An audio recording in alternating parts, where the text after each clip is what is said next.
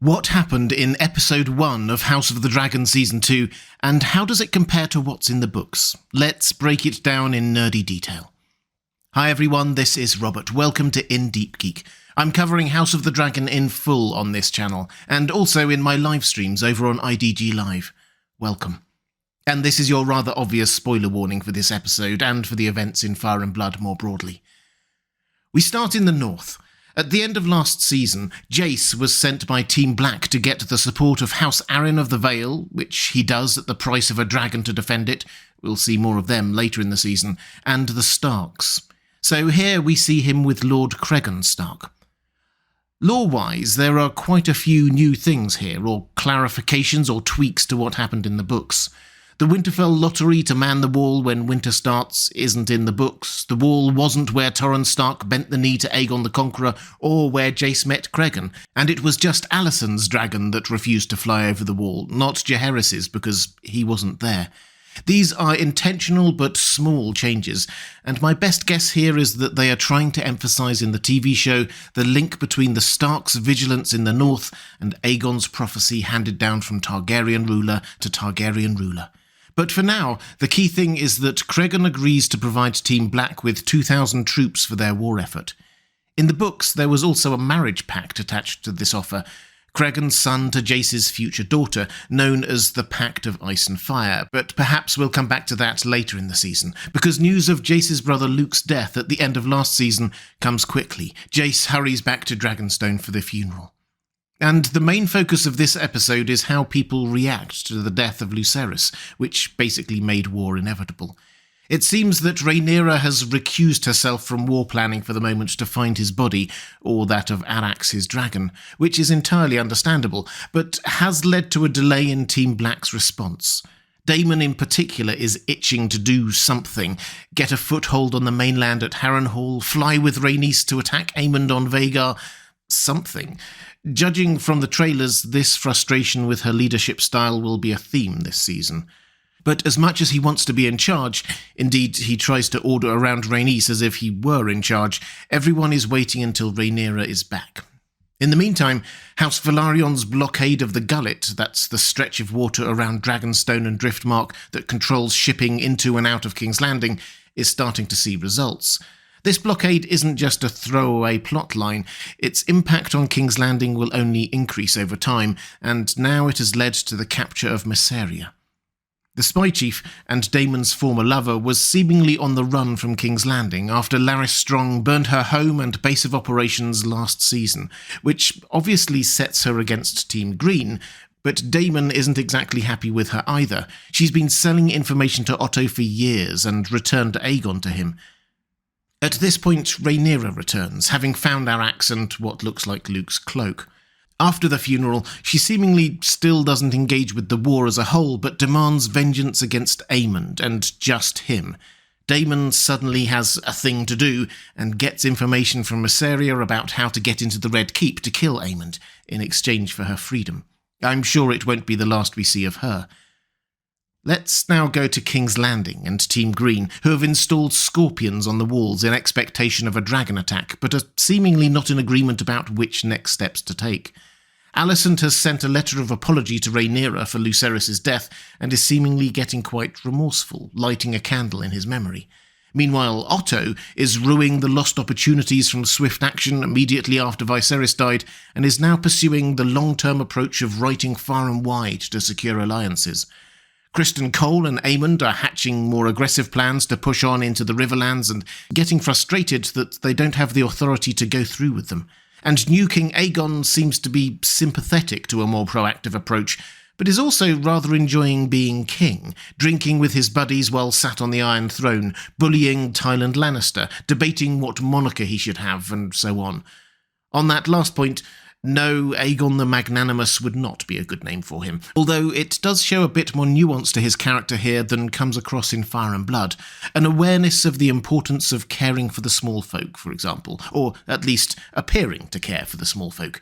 He might not be a good king, but he isn't just anger and depravity. Meanwhile, in secret, Larys has been getting rid of some of the Crown's enemies within King's Landing, and Alicent and Criston are getting to know each other better. Larys is also at least suspicious about that and planting some seeds in Aegon's ear that perhaps he might want to replace his grandfather as Hand of the King at some point. As always, Larys is playing his own game in the shadows. Though we should probably note some cracks in his facade here. He reassures Alicent that he has eliminated some traitors, but as we see later in the episode, that wasn't exactly a completely successful purge, and Alicent sending away the maids bathing her suggests perhaps that she no longer knows who to trust. All of which is making Alicent and Otto reluctant allies of sorts. As recently as episode 9 of season 1, they were diametrically opposed in their approaches to the war, fighting each other to get control of Aegon. Now they sort of agree that the best approach is to allow Aegon to grow bored of the kingship and then subtly take back control themselves. Which is a lot of setup for the rest of the season, but also explains why they are still not taking advantage of Team Black's inactivity. We didn't get to see everyone's reactions at Aemon's return, but it's clear that Team Green is itself now starting to split into factions, one more warlike and the other more pragmatic. But of course, the real main event of this episode is blood and cheese.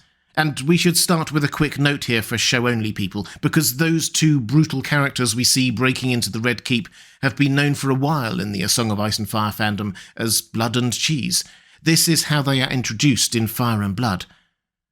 One had been a sergeant in the City Watch, big and brutal.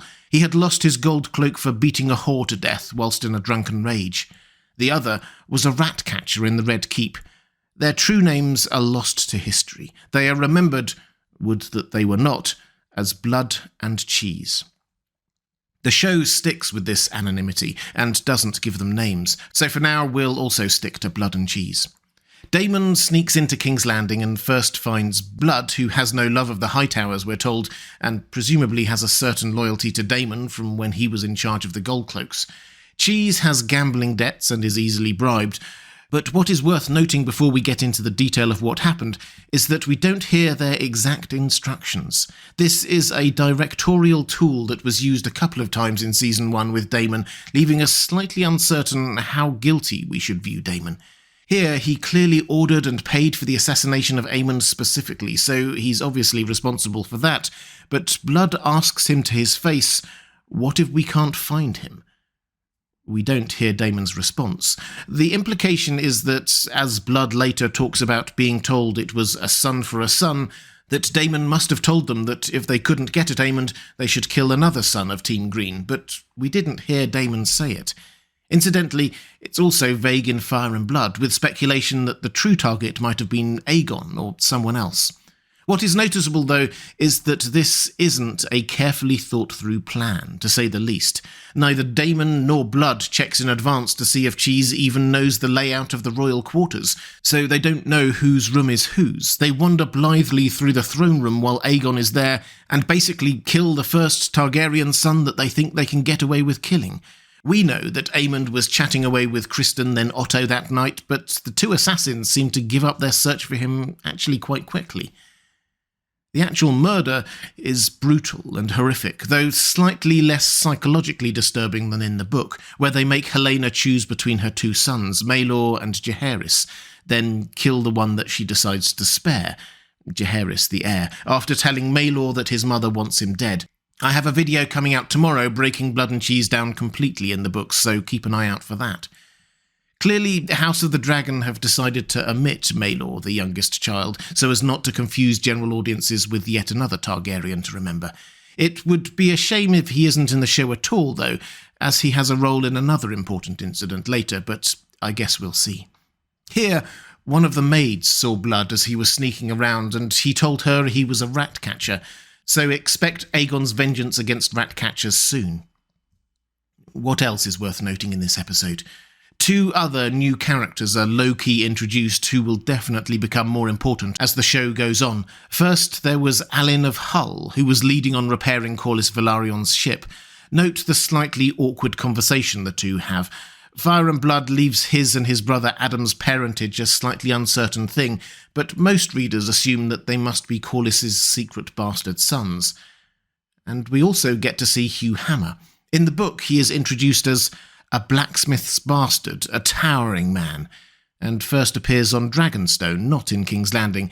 It will be interesting to see how he gets there from King's Landing, seemingly pleased with what he has just been promised by Aegon, better payment terms for the smiths during this time of war and shortage.